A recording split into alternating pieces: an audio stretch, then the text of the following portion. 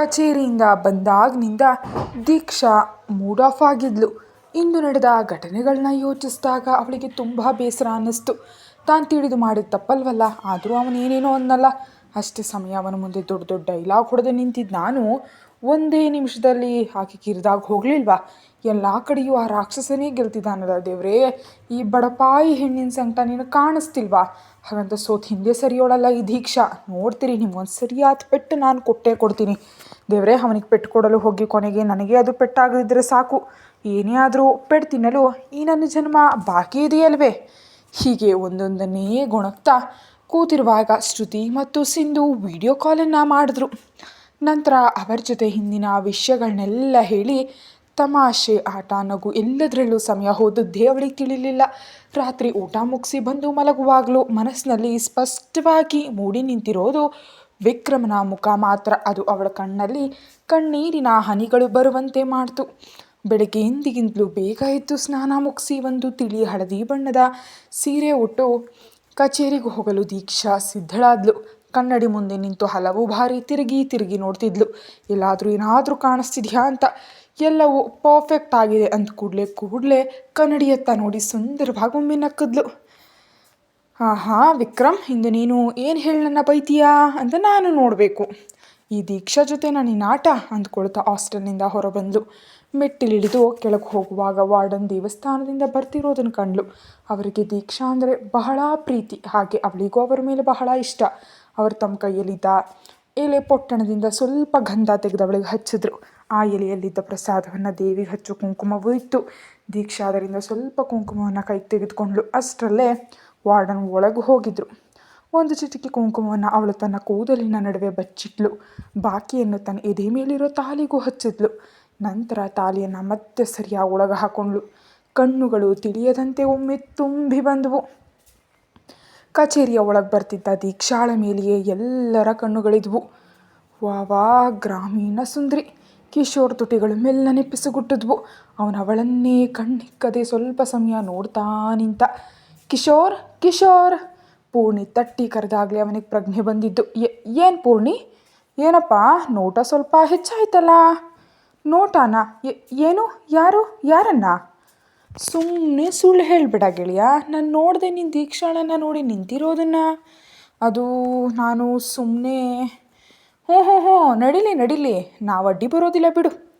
ಅಯ್ಯೋ, ನಾಚಿಕೆ ಆಗ್ತಿದೆಯಲ್ಲ. ಕಿರಾತಕೇನು ಎಲ್ರಿಗೂ ಹೋಗಿ ಹೇಳ್ತಾಳೋ ಏನೋ. ಹಾಯ್ ಫ್ರೆಂಡ್ಸ್, ಗುಡ್ ಮಾರ್ನಿಂಗ್ ಹಳದಿ ಹಕ್ಕಿ. ನನ್ನ ಪ್ರೀತಿಯ ದೀಕ್ಷಾ, ನೀನು ಹೀಗೆ ಪೂರ್ತಿ ಸುಂದರವಾಗಿ ಬಂದರೆ ಇಲ್ಲಿರೋ ಹುಡುಗರ ಕಣ್ಣಿಗೆ ಆಮೇಲೆ ವಿಶ್ರಾಂತಿ ಇರೋದಿಲ್ಲ. ಇವತ್ತೇ ನೋಡು. ಅದನ್ನು ಕೇಳಿ ಇನ್ನೂ ಏನೋ ಹೇಳಲು ಹೋದಾಗ ಕಿಶೋರ್ ಅವಳನ್ನ ದೈನ್ಯವಾಗಿ ನೋಡಿ ಹೇಳಬೇಡ ಅಂತ ಸನ್ನೆ ಮಾಡ್ದ. ಅಲ್ಲ ಪುಣಿ, ನೀನೇನು ಹೇಳೋದಕ್ಕೆ ಬಂದು ಅರ್ಧಕ್ಕೆ ನಿಲ್ಲಿಸ್ದೆ? ಅದು ನಾನು ಎಷ್ಟು ಹೊತ್ತು ದೀಕ್ಷಾಳನ್ನೇ ನೋಡ್ತಾ ಕೂತಿದ್ದೆ, ಇನ್ನು ಉಳಿದವ್ರ ಬಗ್ಗೆ ಹೇಳಬೇಕಾ? ದೀಕ್ಷಾ ಇದೆಲ್ಲ ಕೇಳಿ ಆಶ್ಚರ್ಯದಿಂದ ನಿಂತಿರುವಾಗ, ದೀಕ್ಷಾ, ನಿನ್ನ ವಿಕ್ರಮ್ ಸರ್ ಕರೀತಿದ್ದಾರೆ. ಮಗಳೇ ದೀಕ್ಷಾ, ಆ ಕರೆ ನಿನಗೆ ಬರಲಿರೋ ಪೆಟ್ಟು ಅಂತ ನಮಗನ್ನಿಸ್ತೆ. ನೀನೇ ಏನೂ ಸಿಗದ ಕಾರಣ ಇಂದು ಖಂಡಿತ ಸಿಗುತ್ತೆ. ಹಾಗಾಗಿ ಹೋಗಿ ಮಂಗಳಕರವಾಗಿ ಆ ಪೆಟ್ಟನ್ನೆಲ್ಲ ತೊಗೊಂಡು ಬಾ. ಪಾಪಿಗಳ ಅಂತ ಹೇಳಿ ಮುಖ ಸೊಟ್ಟಗೆ ಮಾಡಿ ಅವಳು ವಿಕ್ರಮನ್ ಕ್ಯಾಬಿನ್ ಕಡೆ ಹೋದ್ಲು. ತುಂಟಿ ಕಿಶೋರ್ ತುಟಿಗಳು ಮೆಲ್ಲನೆ ಪಿಸುಗುಟ್ಟಿದ್ವು. ಒಳಗೆ ಬರಬಹುದೇ ಸರ್? ಹೌದು. ವಿಕ್ರಮ್ ದೀಕ್ಷಾಳನ್ನು ಮೇಲಿನಿಂದ ಕೆಳಗೊಮ್ಮೆ ನೋಡ್ದ. ಹಾಗಾದರೆ ಮರ್ಯಾದೆಯಿಂದ ಸೀರೆ ಉಡಲು ದೀಕ್ಷಾ ವಿಶ್ವನಾಥ್ಗೆ ತಿಳಿದಿದೆಯಲ್ವೇ? ಇದನ್ನು ಹೇಳಲು ಮಾತ್ರವ ಸರ್ ನನ್ನನ್ನು ಇಲ್ಲಿ ಕರೆಸಿದ್ದು? ಮಿಸ್ ದೀಕ್ಷಾ, ನೀನು ನನ್ನ ವೈಯಕ್ತಿಕ ಕಾರ್ಯದರ್ಶಿ. ಹಾಗಾಗಿ ನಾನು ನಿನಗೆ ಬಹಳಷ್ಟು ವಿಷಯಗಳನ್ನ ಹೇಳ್ತೀನಿ, ಸರಿನಾ? Not okay sir. ನಾನು ನಿಮ್ಮ ವೈಯಕ್ತಿಕ ಕಾರ್ಯದರ್ಶಿ ಅಷ್ಟೇ ಹೊರತು ನಿಮ್ಮ ಹೆಂಡತಿ ಅಲ್ಲ. ತೋಚಿದ್ನೆಲ್ಲ ಹೇಳೋದಕ್ಕೆ ಅರ್ಚಬೇಡಿ. ವಿಷಯ ಹೇಳಿದೆ. ನನ್ನ ಇಲ್ಲಿ ಕರೆಸಿದ್ದು ಯಾತಕ್ಕೆ ಅಂತ ಹೇಳಿದ್ರೆ ನಾನು ಹೋಗ್ತಿದ್ದೆ. ವಿಕ್ರಮ್ ಕೆಲವು ಫೈಲ್ಗಳನ್ನ ತೆಗೆದು ಟೇಬಲ್ ಮೇಲೆ ಹಾಕ್ತಾ, ಇದು ನಿನ್ನೆ ಆ ಕಪಾಟ್ನಿಂದ ತೆಗೆದ ಫೈಲ್ಗಳಲ್ವೇ? ಇವು ಈಗ ಯಾಕೆ? ನೀನೇನೋ ಕನಸು ಕಾಣ್ತಿದ್ಯಾ? Nothing sir. ಇದು ಕಳೆದ 10 ವರ್ಷಗಳ ಕಂಪನಿ ಕೆಲವು ವ್ಯವಹಾರಗಳ ಫೈಲ್ಗಳು. ಇದನ್ನು ಓದಿ ಇಂದು ಸಂಜೆ ಒಳಗೆ ಅದರ ವರದಿಯನ್ನು ನನಗೆ ನೀಡಬೇಕು. ದೀಕ್ಷಾ ಸಿಕ್ಕಿಬಿದ್ಲು. ವಾಟ್?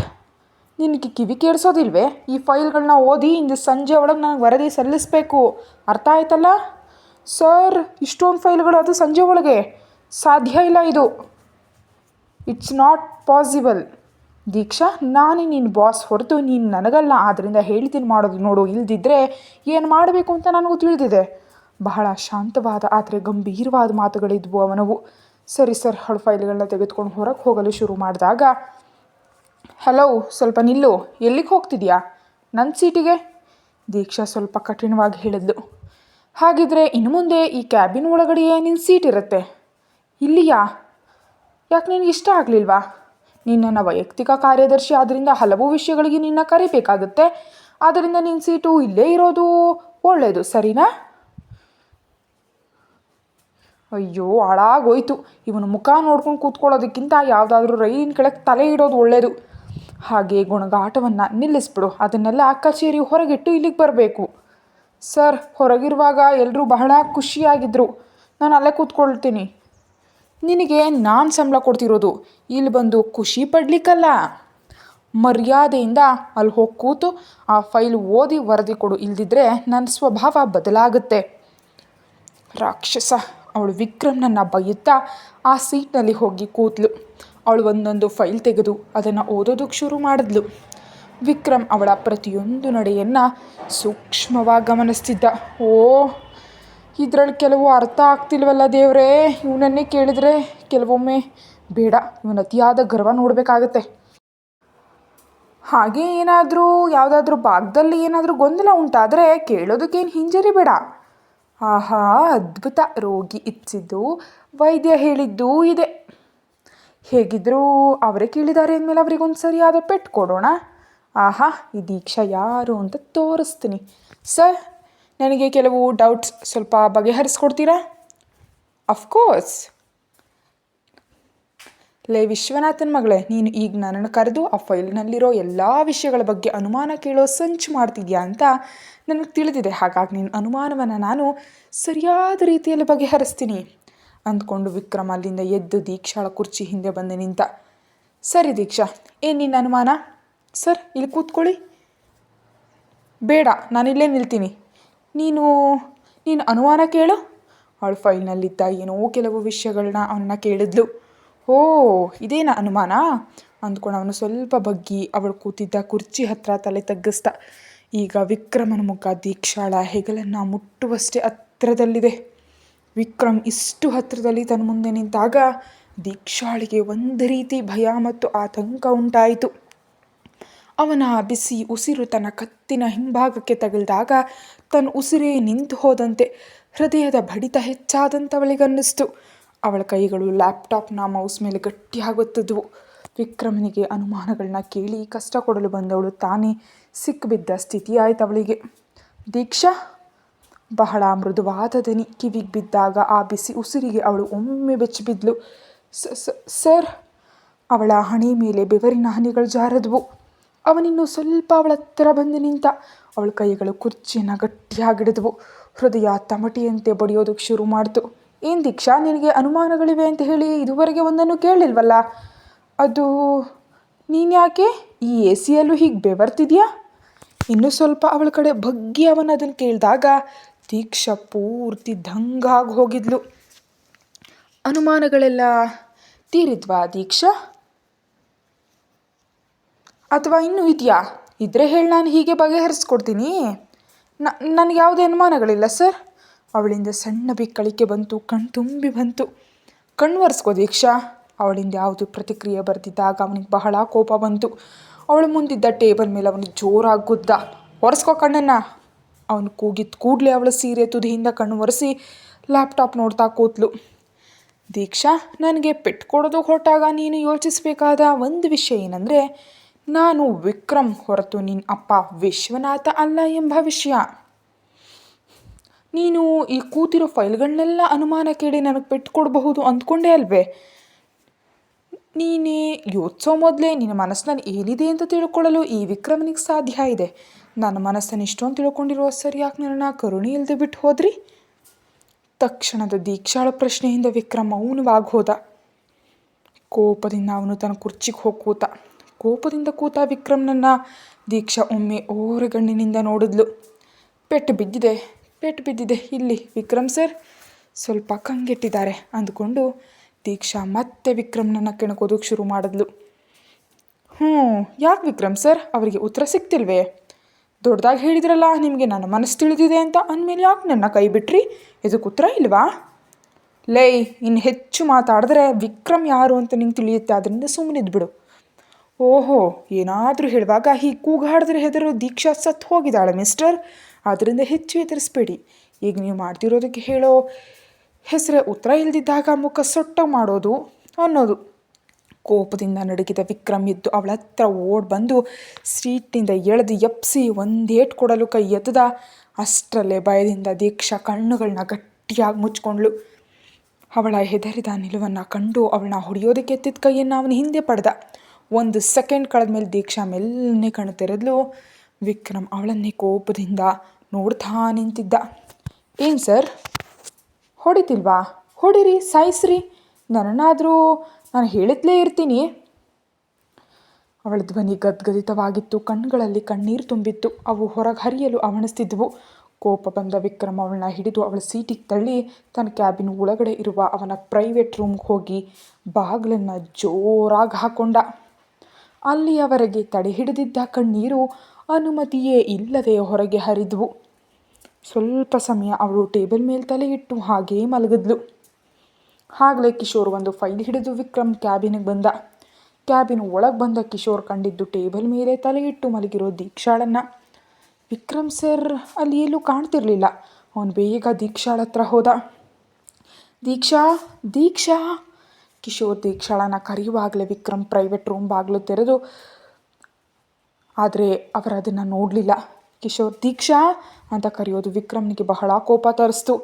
ಹೊರಗೆ ಬಾರದೆ ಅವನಲ್ಲೇ ನಿಂತು ಅವ್ರು ಮಾತಾಡೋದನ್ನು ಕೇಳಿಸ್ಕೊಳ್ಳೋದಕ್ಕೆ ನಿಂತ. ಕಿಶೋರಣ್ಣ, ನಾನು ಸ್ವಲ್ಪ ನಿದ್ದೆ ಮಾಡಿಬಿಟ್ಟೆ. ನೀನು ಯಾಕೆ ದೀಕ್ಷಾ ಇಲ್ಲಿ ಕೂತಿದ್ಯಾ? ಏನು ಹೇಳಬೇಡಿ ಕಿಶೋರಣ್ಣ, ಅವ್ರು ನನಗೆ ಕೊಟ್ಟ ಕೆಲಸ ಇದು. ನಾನು ಅವರ ವೈಯಕ್ತಿಕ ಕಾರ್ಯದರ್ಶಿ ಅಲ್ವೇ, ಆದ್ದರಿಂದ ಆಗಾಗ ಏನಾದರೂ ಕೆಲಸಕ್ಕೆ ಕರೀಬೇಕಾಗತ್ತೆ. ಆ ತೊಂದರೆ ತಪ್ಪಿಸೋದಕ್ಕೆ ಅವರು ನನ್ನನ್ನು ಇಲ್ಲಿ ಕೂರಿಸಿದ್ದಾರೆ. ನನಗೆ ಸಂಕಟ ಆಗ್ತಿದೆ ಕಿಶೋರಣ್ಣ. ಹೊರಗಾಗಿದ್ರೆ ನಿಮ್ಮೆಲ್ಲರ ಜೊತೆ ಮಾತಾಡ್ಕೊಂಡಿರ್ಬೋದಿತ್ತು. ಇಲ್ಲಿ ಅವರ ಅಳಸಿದ ಮುಖ ನೋಡ್ಕೊಂಡು ಕೂತ್ಕೊಳ್ಬೇಕು, ನನಗೆ ಸಾಧ್ಯ ಇಲ್ಲ. ಆಗಲೇ ಪ್ರೈವೇಟ್ ರೂಮ್ ಬಾಗಿಲು ಮುಂದೆ ನಿಂತು ತಮ್ಮನ್ನು ನೋಡ್ತಾ ಇರೋ ವಿಕ್ರಮ್ನನ್ನು ಅವನ ಕಂಡ. ಒಂದು ಕ್ಷಣ ಕಿಶೋರ್ ಬೆಚ್ಚಿ ಬಿದ್ದ. ದೀಕ್ಷಾ ಇದ್ಯಾವುದನ್ನು ತಿಳಿದೆ ವಿಕ್ರಮ್ನನ್ನು ಬೈಯುತ್ತಲೇ ಇದ್ಲು. ರಾಕ್ಷಸ, ಅವನಿಗೊಂದು ಸರಿಯಾದ ಪೆಟ್ಟು ನಾನು ಕೊಡ್ತೀನಿ ನೋಡಿ. ಅವನು ಯಾರು? ಹಿಟ್ಲರ್. ದೀಕ್ಷಾ, ಕಿಶೋರ್ ಕಣ್ಣಿನಿಂದ ಹಿಂದೆ ವಿಕ್ರಮ್ ಇದಾನೆ ಅಂತ ಸನ್ನೆ ಮಾಡ್ತಿದ್ದ. ಆದರೆ ದೀಕ್ಷಾಳಿಗೆ ಅದೊಂದು ಅರ್ಥ ಆಗಲಿಲ್ಲ. ಅವಳ ಬಾಯಿಗೆ ಬಂದಂತೆ ವಿಕ್ರಮ್ನನ್ನು ಬೈಯುತ್ತಲೇ ಇದ್ಲು. ಕಿಶೋರ್, ವಿಕ್ರಮನ ಗಂಭೀರವಾದ ಧ್ವನಿಯೆಲ್ಲ ಮೊಳಗ್ತು. ತಕ್ಷಣವೇ ದೀಕ್ಷಾಳಿಗೆ ಪ್ರಜ್ಞೆ ಬಂತು. ವಿಕ್ರಮ್ನನ್ನು ಕಂಡು ಕೂಡಲೇ ಅವಳಿಗೆ ಬೆವರು ಶುರುವಾಯಿತು. ದೇವ್ರೇ, ನಾನು ಹೇಳಿದ್ನೆಲ್ಲ ಇವ್ರು ಕೇಳಿಸ್ಕೊಂಡಿರ್ಬೋದಾ? ಖಂಡಿತ ಕೇಳಿಸ್ಕೊಂಡಿರ್ತಾರೆ. ಆ ಮುಖ ನೋಡಿದ್ರೆ ಗೊತ್ತಾಗ್ತಿದೆ. ಕಿಶೋರ್, ನೀನ್ಯಾಕೆ ಇಲ್ಲಿದ್ಯಾ? ಸರ್, ಅದು ಈ ಫೈಲ್ ಕೊಡೋದಕ್ಕೆ ಬಂದಿದ್ದೆ.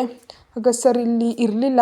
ನಂತರ ದೀಕ್ಷಾ ಇಲ್ಲಿ ಟೇಬಲ್ ಮೇಲೆ ತಲೆ ಇಟ್ಟು ಮಲಗಿರೋದನ್ನು ಕಂಡು ಏನಾಯಿತು ಅಂತ ಕೇಳಿದೆ ಅಷ್ಟೇ. ಓಹೋ, ಹಾಗಾದರೆ ಏನಾಯಿತು ಅನ್ನೋದನ್ನು ಗೆಳತಿ ಹೇಳಿದ್ರಲ್ವೇ? ಸರ್, ಅದು ಕಿಶೋರ್, ನೀನು ಹೋಗ್ಬೋದು. ಕಿಶೋರ್ ಕ್ಯಾಬಿನ್ ಹೊರಗೆ ಹೋದ ಕೂಡಲೇ ವಿಕ್ರಮ್ ದೀಕ್ಷಾಳನ್ನು ಒಮ್ಮೆ ನೋಡ್ದ. ಆ ನೋಟದಲ್ಲಿ ದೀಕ್ಷಾ ಕರಗಿ ಹೋದ್ಲು. ಅವಳನ್ನ ಕೆಂಡದಂಥ ನೋಟದಿಂದ ನೋಡಿ ವಿಕ್ರಮ್ ಹೊರಗೆ ನಡೆದ. ವಿಕ್ರಮ್ನ ಕಾರ್ ಕಂಪನಿಯಿಂದ ಹೋಗೋದನ್ನು ಕಂಡು ಕೂಡಲೇ ಕಿಶೋರ್ ಮತ್ತು ದೀಕ್ಷಾಳ ಹತ್ರ ಹೋದ. ದೀಕ್ಷಾ, ಅವನು ನಿನಗೇನಾದರೂ ಅಂದ? ಇಲ್ಲ ಕಿಶೋರ, ನಾನು ಒಮ್ಮೆ ತೀಕ್ಷ್ಣವಾಗಿ ನೋಡಿ ಹೊರಗೆ ಹೋದರು. ನಾನು ಕಂಡೆ ಅವ್ರ ಕಾರ್ನಲ್ಲಿ ಹೋಗ್ತಿರೋದು. ಮುಖ ಬಹಳ ಕೋಪದಲ್ಲಿದೆ. ನಾನು ಎಷ್ಟೋ ಬಾರಿ ಸರ್ ಹಿಂದಿದ್ದಾರೆ ಅಂತ ಕಣ್ಣಿನಿಂದ ಸನ್ನೆ ಮಾಡಿದ್ರು ನೀನು ನಿಲ್ಲಿಸ್ದೆ ಅವ್ರನ್ನ ಬೈತಾ ಇದೆಯಲ್ಲ, ಅದಕ್ಕೆ ಈಗ ಹೀಗೆ. ಅಯ್ಯೋ, ನನಗೆ ಅರ್ಥ ಆಗಲಿಲ್ಲ ಕಿಶೋರಣ್ಣ, ನೀವು ಕಣ್ಣಿನಿಂದ ಸನ್ನೆ ಮಾಡಿದ್ದು. ಅದು ಹೋಗಲಿ. ಆದರೂ ಸರ್ ನಿನ್ನನ್ನು ಇಲ್ಲಿ ಕೂರಿಸಿದಷ್ಟೊಂದು ಸರಿ ಇಲ್ಲ. ನಿನಗೆ ಹೇಳಬಾರ್ದಾಗಿತ್ತು ದೀಕ್ಷಾ, ಇಲ್ಲಿ ಕೂತ್ಕೊಳ್ಳಲು ಸಾಧ್ಯ ಇಲ್ಲ ಅಂತ. ನನಗೆ ಯಾಕೋ ಇದು ಇಷ್ಟ ಆಗಲಿಲ್ಲ. ಅವ್ರ ಜೊತೆ ಈ ಕ್ಯಾಬಿನ್ನಲ್ಲಿ ನೀನೊಬ್ಬಳೇ. ಯಾವಾಗ ಸ್ವಭಾವ ಬದಲಾಗುತ್ತೆ ಅಂತ ಹೇಳೋದಕ್ಕೆ ಸಾಧ್ಯ ಇಲ್ಲ. ಏನೇ ಆದರೂ ಈ ಬಾಸ್ಗಳಿಗೆ ಅವರ PA ಹೆಣ್ಣಾಗಿದ್ದರೆ ಅವಳ ಜೊತೆ ಬೇರೆ ರೀತಿಯ ಸಂಬಂಧ ಇರಿಸ್ಕೊಳ್ಳಲು. ಸ್ಟಾಪ್! ದೀಕ್ಷಾ ತಕ್ಷಣವೇ ಹೇಳಿದ ಮಾತಿಗೆ ಕಿಶೋರ್ ಒಮ್ಮೆ ಬೆಚ್ಚಿಬಿದ್ದ. ದೀಕ್ಷಾ, ನಾನು ಸಾಕು. ಹೇಳಿ ಹೇಳಿ ಎಲ್ಲಿಗೆ ಹೋಗ್ತಿದ್ದೀರಿ ಕಿಶೋರಣ್ಣ? ವಿಕ್ರಮ್ ಸರ್ ಅವರನ್ನು ಒಬ್ಬ ಕೆಟ್ಟವನಾಗಿ ಚಿತ್ರಿಸೋಕೆ ಪ್ರಯತ್ನಿಸ್ತಿದ್ರೆ ಅದು ಬೇಡ. ಯಾಕಂದರೆ ನನಗೆ ಅವರ ಬಗ್ಗೆ ತಿಳಿದಿದೆ. Because I know him. He is not like that. Vikram sir ಅವರಿಗೆ ಕೋಪ ಸ್ವಲ್ಪ ಹೆಚ್ಚಿರ್ಬೋದು, ಅಂದ ಮಾತ್ರಕ್ಕೆ ಅವರು ಹೆಣ್ಣು ಮಕ್ಕಳ ಜೊತೆ ಕೆಟ್ಟದಾಗಿ ವರ್ತಿಸೋ ವ್ಯಕ್ತಿಯಲ್ಲ. ನಿಮಗೆ ಗೊತ್ತಾ, ನಾನು ಓದಿದ್ದು ಅವರದೇ ಕಾಲೇಜ್ನಲ್ಲಿ. ಅಲ್ಲೆಷ್ಟು ಹುಡುಗಿಯರು ಆ ಮನುಷ್ಯನ ಒಂದು ನೋಟಕ್ಕಾಗಿ ಕಾಯ್ತಿದ್ರು ಅಂತ ತಿಳಿದಿದೆಯಾ? ಆದರೆ ಅವರು ಮಿತಿ ಮೀರಿ ಯಾರ ಜೊತೆಯೂ ಒಂದು ಮಾತು ಕೂಡ ಆಡ್ತಾ ಇರಲಿಲ್ಲ. ಕಿಶೋರಣ್ಣ ಹೇಳಿದಂಥ ವ್ಯಕ್ತಿಗಳು ಇದ್ದಾರೆ. ಹೆಣ್ಣಿನ ದೇಹವನ್ನು ಕಾಮದಿಂದ ಮಾತ್ರ ನೋಡೋ ಕೆಲವು ನೀಚ ಜನ್ಮಗಳು. ಆದರೆ ಆ ಸಾಲಿಗೆ ವಿಕ್ರಮ್ ಸರ್ ಅವ್ರನ್ನ ಸೇರಿಸೋದಕ್ಕೆ ನೋಡಬೇಡಿ, ಅರ್ಥ ಆಯ್ತಲ್ಲ? ಅವಳ ಪ್ರತಿಯೊಂದು ಮಾತುಗಳು ಅಷ್ಟೇ ತೀಕ್ಷ್ಣವಾಗಿದ್ವು. ಅದರಿಂದಲೇ ಅವಳು ವಿಕ್ರಮ್ ಎಂಬ ಮನುಷ್ಯನಿಗೆ ಎಷ್ಟು ಬೆಲೆ ಕೊಡ್ತಿದ್ದಾಳೆ ಅಂತ ಕಿಶೋರ್ಗೆ ಅರ್ಥ ಆಗೋಯ್ತು. ಕ್ಷಮಿಸು ದೀಕ್ಷಾ, ನನ್ನಿಂದ ತಪ್ಪಾಯಿತು. ನಾನು ನನ್ನ ಮನಸ್ಸಿನ ಆತಂಕದಿಂದ ಹೇಳಿಬಿಟ್ಟೆ. ಇನ್ನು ಮುಂದೆ ಹೀಗೆ ಮಾಡೋದಿಲ್ಲ. ಕ್ಷಮಿಸು. ಇದರ ಸಲುವಾಗಿ ನೀನು ನನ್ನ ಮೇಲೆ ಕೋಪ ಮಾಡ್ಕೊಳ್ಬೇಡ ದೀಕ್ಷಾ, ಪ್ಲೀಸ್. ನನಗೆ ಕಿಶೋರಣ್ಣನ ಮೇಲೆ ಕೋಪ ಏನಿಲ್ಲ. ಆದರೆ ಏನು ಹೇಳುವಾಗಲೂ ಅದು ಹೇಳಬಹುದಾದ ವಿಷಯವೇ ಅಂತ 2 ಬಾರಿ ಯೋಚಿಸಿ ನಂತರ ಹೇಳಬೇಕು. ಸಾರಿ ದೀಕ್ಷಾ. ಪರವಾಗಿಲ್ಲ ಅಣ್ಣ, ಹೋಗಿ, ನಂಗೆ ಸ್ವಲ್ಪ ಕೆಲಸ ಇದೆ. ದೀಕ್ಷಾಳಿಗೆ ಮನಸ್ಸಿಗೆ ಬಹಳ ಕಷ್ಟ ಅನ್ನಿಸ್ತು. ವಿಕ್ರಮ್ 2 ಬೈದಾದರೂ ಹೋಗಿದ್ರೆ ಇಷ್ಟು ಬೇಸರ ಆಗ್ತಿರಲಿಲ್ಲ. ಈಗ ಆ ನೋಟ ಹೊರಗೆ ಕ್ರೂರವಾಗಿದ್ದರೂ ಆ ಮನಸ್ಸು ನೋವಾಗ್ತಿರುವಂತೆ ಅನ್ನಿಸ್ತು. ಆ ದಿನ ಸಂಜೆವರೆಗೂ ವಿಕ್ರಮ್ ಮತ್ತೆ ಕಚೇರಿಗೆ ಬರಲಿಲ್ಲ. ಅದು ದೀಕ್ಷಾಳಿಗೆ ಬಹಳ ಬೇಸರ ತಂತು. ಆಮೇಲೆ ಕಿಶೋರ್ ವಿಕ್ರಮನ ಬಗ್ಗೆ ಕೆಟ್ಟದಾಗಿ ಮಾತಾಡಲು ಪ್ರಯತ್ನಿಸಿದ್ದು ಎಲ್ಲ ಅವಳಿಗೆ ಒಂದು ನೋವಾಗಿ ಮನಸ್ಸಿನಲ್ಲಿ ಉಳೀತು. ಆದ್ದರಿಂದ ಹಾಸ್ಟೆಲ್ಗೆ ತಲುಪಿದ್ರು ಅವಳಿಗೆ ಯಾವುದಕ್ಕೂ ಉತ್ಸಾಹ ಇರಲಿಲ್ಲ. ಶ್ರುತಿ ಕರೆ ಮಾಡಿದಾಗ ಮಾತ್ರ ಅವಳು ಸ್ವಲ್ಪ ಮಾತಾಡಿದ್ಲು. ಅವಳ ಹತ್ರ ಇದೆಲ್ಲವನ್ನ ಹೇಳಿದಾಗ ಅವಳಿಂದ ಸಿಕ್ಕ ಸಮಾಧಾನದ ಮಾತುಗಳು ದೀಕ್ಷಾಳ ಮುಖ ಅರಳಲು ಸಾಕಾಗಿತ್ತು. ಮನೆಯಿಂದ ವಿಶ್ವನಾಥನ್ ಕರೆ ಬಂದರೂ ತೆಗೆದುಕೊಳ್ಳದೆ ಇದ್ದಾಗ ಮತ್ತೆ ಮತ್ತೆ ಕರೆ ಬಂತು. ನಂತರ ಯಾವುದೇ ಆಸಕ್ತಿ ಇಲ್ಲದೆ ಅವಳು ಫೋನ್ ತೆಗೆದ್ಲು. ದೀಕ್ಷಾ, ಎಷ್ಟು ಹೊತ್ತಿನಿಂದ ಕರೆ ಮಾಡ್ತಿದ್ದೀನಿ, ನೀನು ಯಾಕೆ ಫೋನ್ ತೆಗೆದುಕೊಳ್ತಿಲ್ಲ? ನನಗೆ ಸ್ವಲ್ಪ ತಲೆನೋವು, ಅದಕ್ಕೆ. ಅವಳ ಆಸಕ್ತಿ ಇಲ್ಲದೆ ಹೇಳಿದ್ಲು. ಮಗಳೇ, ಆ ವಿಕ್ರಮ್ ನಿನ್ನ ಕಷ್ಟಪಡಿಸ್ತಿಲ್ಲ ತಾನೇ? ಅವನು ಮನಸ್ಸಾಕ್ಷಿ ಇಲ್ಲದವನು. ಹಾಗೇನಾದರೂ ನಿನ್ನ ಹತ್ರ ನಡ್ಕೊಂಡ್ರೆ ಅಂದೇ ಆ ಕೆಲಸ ಬಿಟ್ಬಿಡಬೇಕು. ಏನೇ ಆದರೂ ಅವನ ಕಂಪ್ನಿಯಲ್ಲಿ ಕೆಲಸ ಮಾಡೋ ಅನಿವಾರ್ಯತೆ ನಿನಗಿಲ್ಲ. ನೀನು ಓದಿ ಸಂಪಾದಿಸಿದ ಕೆಲಸ, ಆದ್ದರಿಂದ ನಾನು ವಿರೋಧ ಮಾಡಲಿಲ್ಲ. ಈಗಾಗಲೇ ವಿಕ್ರಮನ ಬಗ್ಗೆ ಯೋಚಿಸಿ ಸಂಕಟ ಪಡ್ತಿರುವಾಗ ತಂದೆ ವಿಕ್ರಮನ ಬಗ್ಗೆ ಹೀಗೆ ಹೇಳ್ತಿರೋದು ಅವಳಿಗೆ ಸಹಿಸೋದಕ್ಕಾಗ್ತಾ ಇರಲಿಲ್ಲ. ಆದ್ದರಿಂದ ಅವಳು ಕೋಪದಿಂದ ಅವರ ಹತ್ರ ಮಾತಾಡೋದಕ್ಕೆ ಶುರು ಮಾಡಿದ್ಲು. ಅಪ್ಪ, ಮಾತಾಡುವಾಗ ಸ್ವಲ್ಪ ಗೌರವ ಇರಲಿ. ವಿಕ್ರಮ್ ಎಂಬ ಮನುಷ್ಯನ ಭಿಕ್ಷೆಯಿಂದ ಇಂದಿಗೂ ನಾವು ಬದುಕಿದ್ದೀವಿ. ಅಂದಮೇಲೆ ಅವನ ಮನಸ್ಸಾಕ್ಷಿ ಇಲ್ಲದವನು ಅಂತ ಹೇಳೋದ್ರಲ್ಲಿ ಏನರ್ಥ ಇದೆ? ಆಮೇಲಪ್ಪ, ನೀವೊಬ್ಬರೇ ಕೂತಾಗ ಹಿಂದೆ ತಿರುಗಿ ನೋಡಬೇಕು. ನಿಮ್ಮಿಂದ ಆ ಮನುಷ್ಯನಿಗಾದ ನಷ್ಟಗಳ ಬಗ್ಗೆ ಯೋಚಿಸಬೇಕು. ನೆನಪುಗಳಲ್ಲಿ ಅಪ್ಪನ ಹತ್ರ ಕೇಳಲು ಸಾಧ್ಯವಿಲ್ಲದ ವಿಷಯಗಳನ್ನ ನೀವು ಆ ಮನುಷ್ಯನ ಕುಟುಂಬಕ್ಕೆ ಮಾಡಲು ಪ್ರಯತ್ನಿಸಿಲ್ವೇ? ಆದರೂ ವಿಕ್ರಮ್ ಮನಸ್ಸಾಕ್ಷಿ ಇಲ್ಲದವನಂತೆ. ಆ ಮನುಷ್ಯ ಮರಣದಂಡನೆ ವಿಧಿಸಿದ್ರು ಈ ದೀಕ್ಷಾ ಅದನ್ನು ಸಂತೋಷದಿಂದ ಸ್ವೀಕರಿಸ್ತಾಳಪ್ಪ. ನನ್ನ ತಂದೆ ಮಾಡಿದ ತಪ್ಪುಗಳಿಗೆ ಮಗಳು ನೀಡೋ ಪ್ರಾಯಶ್ಚಿತ. ಅಷ್ಟು ಹೇಳಿ ಕೋಪದಿಂದ ಕರೆ ಕಟ್ ಮಾಡಿ ಹಾಸಿಗೆ ಮೇಲೆ ಬಿದ್ದು ಬಿಕ್ಕಿ ಬಿಕ್ಕಿ ಅತ್ಲು ಅವಳು. ಮಗಳಿಂದ ಕೇಳಿದ ಮಾತುಗಳ ಆಘಾತದಲ್ಲಿ ವಿಶ್ವನಾಥ್ ಇದ್ರು.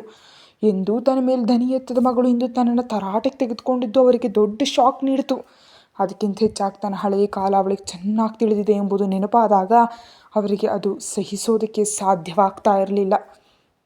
ಇದೇ ಸಮಯದಲ್ಲಿ ಇನ್ನೊಂದೆಡೆ ತನ್ನ ಮುಂದಿರುವ ಮದ್ಯದ ಬಾಟಲಿಯ ಕೊನೆಯ ಹನಿ ಮದ್ಯವನ್ನು ಕುಡಿದು ಆಕಾಶದತ್ತ ಕಣ್ಣು ನೆಟ್ಟು ಕೂತಿದ್ದಾನೆ ವಿಕ್ರಮ್. ಅವನನ್ನು ನೋಡಿ ನೋವಿನಿಂದ 4 ನಕ್ಷತ್ರಗಳು ಕಣ್ಣು ಮಿಟುಕಿಸ್ತಿದ್ವು. ಕತೆ ಮುಂದುವರಿಯುತ್ತೆ. ಹೆಚ್ಚಿನ ವಿಡಿಯೋಗಾಗಿ ಚಾನಲ್ಗೆ ಸಬ್ಸ್ಕ್ರೈಬ್ ಮಾಡಿ ಮತ್ತು ಮೆಂಬರ್ಶಿಪ್ ತಗೊಳ್ಳೋದ್ರ ಮೂಲಕ ಮುಂಚಿತವಾಗಿ ನೋಡಿ.